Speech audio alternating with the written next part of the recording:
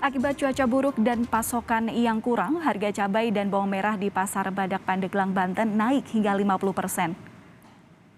Harga sejumlah komoditas bahan pokok di pasar tradisional Badak Pandeglang seperti cabai dan bawang merah mengalami kenaikan hingga 50%.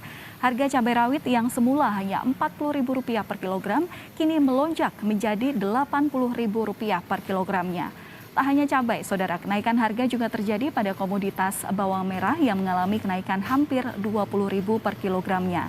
Pedagang mengaku kenaikan harga sudah berlangsung sejak beberapa hari akibat cuaca buruk di sejumlah daerah pemasok.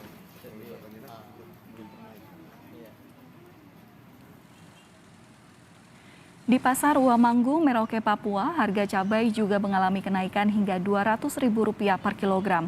Padahal pada Jumat lalu, harga komoditas ini masih di kisaran Rp150.000 hingga Rp170.000 per kilogram.